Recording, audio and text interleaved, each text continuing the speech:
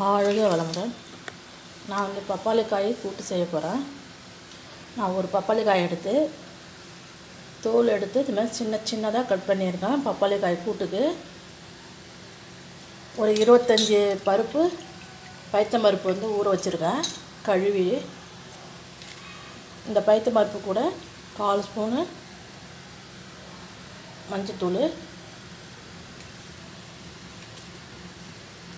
பாதி தக்காளி, நீங்கள் சின்ன தக்காளினா 1 போட்டுக்கலாம், 3 பச்சை மிளகாய், சின்ன வெங்காயம் ஒரு 4 அரிஞ்சு சின்னதாக வச்சுருக்காங்க. இதில் போட்டுடலாம்.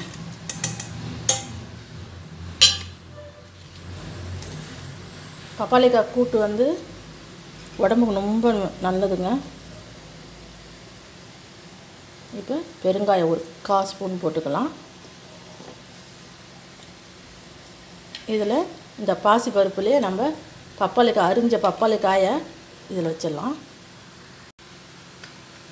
இதில் பாசி பருப்புலேயே அள்ளி போட்டுடலாம். நம்ம குக்கரில் ஒரு 3 விசில் வைக்க போகிறோம். நல்லாயிருக்குங்க கூட்டு. உங்களுக்கு வந்து ஒரு 5 நிமிஷம் தான் ஆகும். சீக்கிரமாக செஞ்சிடலாம் அந்த கூட்டு. ஒரு காரக்குழம்புக்கு, ரசத்துக்கு, அதுக்கெலாம் செய்யலாம். சூப்பராக இருக்கும். கருவாட்டு குழம்புக்கு இதெல்லாம் அள்ளி போட்டுடலாம். இதுக்கு 1/2 கிளாஸ் தண்ணி வச்சா போதும். இப்போ இதில் வந்து தேவையான உப்பு, கல் உப்பு போட்டுக்கலாம்.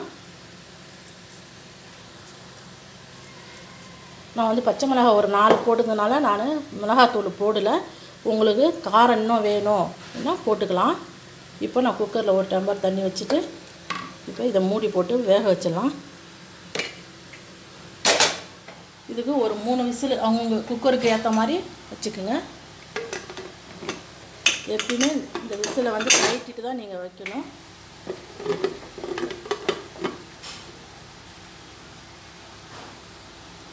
இப்போ தாளிக்கிறதுக்கு எண்ணெய், கடுகு, உளுத்தம்பருப்பு, பெருஞ்சீரகம், ஒரு காஞ்ச மிளகாய்.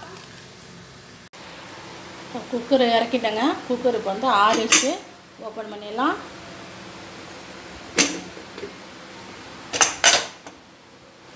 இந்த பப்பாளிக்காய் வந்து நல்லா வெந்திருக்கு பாருங்கள்.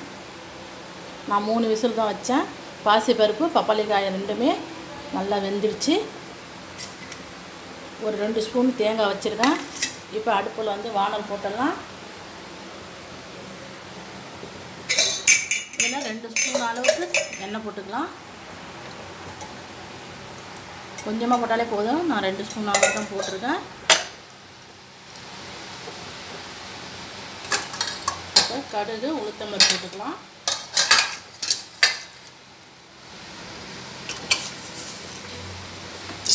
கடுகு,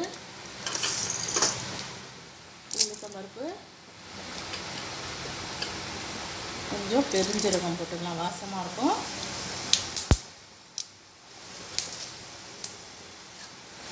ஒரு காஞ்ச மிளகாய்,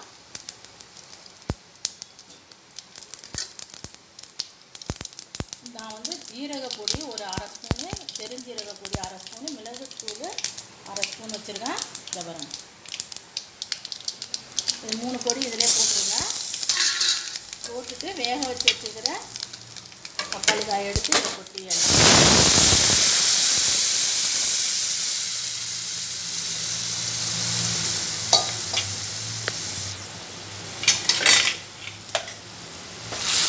உங்களுக்கு மிளகாத்தூள் வேணால் போட்டுக்கலாம். நான் மிளகாத்தூள் போடலை. மஞ்சத்தூளோட காஞ்ச மிளகாய் தான் தாளித்து போட்டிருக்கேன். இதெல்லாம் தக்காளி, வெங்காயம்லாம் சேர்த்து நல்லா வெந்துடுச்சு. கூட்டு பார்க்கறதுக்கே சூப்பராக இருக்குது பாருங்கள். பப்பாளிக்காய் கூட்டு இது வந்து சவு கூட்டு மாதிரியே இருக்குங்க. பப்பாளிக்காய்னு கண்டே பிடிக்க முடியாது. இதில் தேங்காயை போட்டுடலாம். ஒரு 2 ஸ்பூன் அளவு தான் தேங்காய் போட்டுருக்கேன். உங்களுக்கு வேணும்னா போட்டுக்கலாம், இல்லைனா விட்டலாம். ஆப்ஷனல் தான். உப்பு இருக்கான்னு மட்டும் நீங்கள் சரி பார்த்துக்கோங்க. நம்ம குக்கரில் பாசி பருப்பு, வெங்காயம், 4 பச்சை மிளகாய், பப்பாளிக்காயை அரிஞ்சு பாசி பருப்பு கூட வச்சு குக்கரில் ஒரு 3 விசிலுங்க. ஆறனதும் எடுத்துட்டு எண்ணெய் 2 ஸ்பூனு, கடுகு, உளுத்தம்பருப்பு, பெருஞ்சீரகம், ஒரு காஞ்ச மிளகாய் போட்டு தாளித்து மிளகு பொடி 1/2 ஸ்பூனு, ஜீரக பொடி 1/2 ஸ்பூனு, பெருஞ்சீரக பொடி 1/2 ஸ்பூன் போட்டு கிண்ட வேண்டியது. 2 ஸ்பூன் தேங்காய் போட்டுருக்கேன். உங்களுக்கு வேணும்னா போட்டுக்கலாம், இல்லைன்னா விட்டுடலாம். கருவேப்பிலை கொஞ்சம் இருந்தால் போட்டுக்கோங்க, என்கிட்ட இல்லை. இப்போ இந்த பப்பாளி கூட்டை வந்து இறக்கிடலாம். தேங்காயை போட்டு ரொம்ப நேரம் வச்சுருக்காங்க. இப்போ கொரோனா அதிகமாக அதிகரிச்சுட்டு இருக்குது. யாரும் வெளியே ரொம்ப போகாதீங்க. இது வந்து வாரத்துக்கு 2 நாளோ 1 நாளாச்சும் இதுமாரி கூட்டு, பொரியல் இல்லைன்னா அல்வா ஏதாவது செஞ்சு சாப்பிடுங்க. பப்பாளிக்காய் உடம்புக்கு சேர்த்துக்குங்க. இப்போ அடுப்பு ஆஃப் பண்ணிடலாம். ஒரு பவுலில் மாற்றிக்கலாம். பப்பாளிக்காய் கூட்டு ரெடி ஆகிடுச்சுங்க. உங்களுக்கு பிடிச்சிருந்தா லைக் பண்ணுங்கள், ஷேர் பண்ணுங்கள், சப்ஸ்கிரைப் பண்ணுங்கள். வணக்கம்.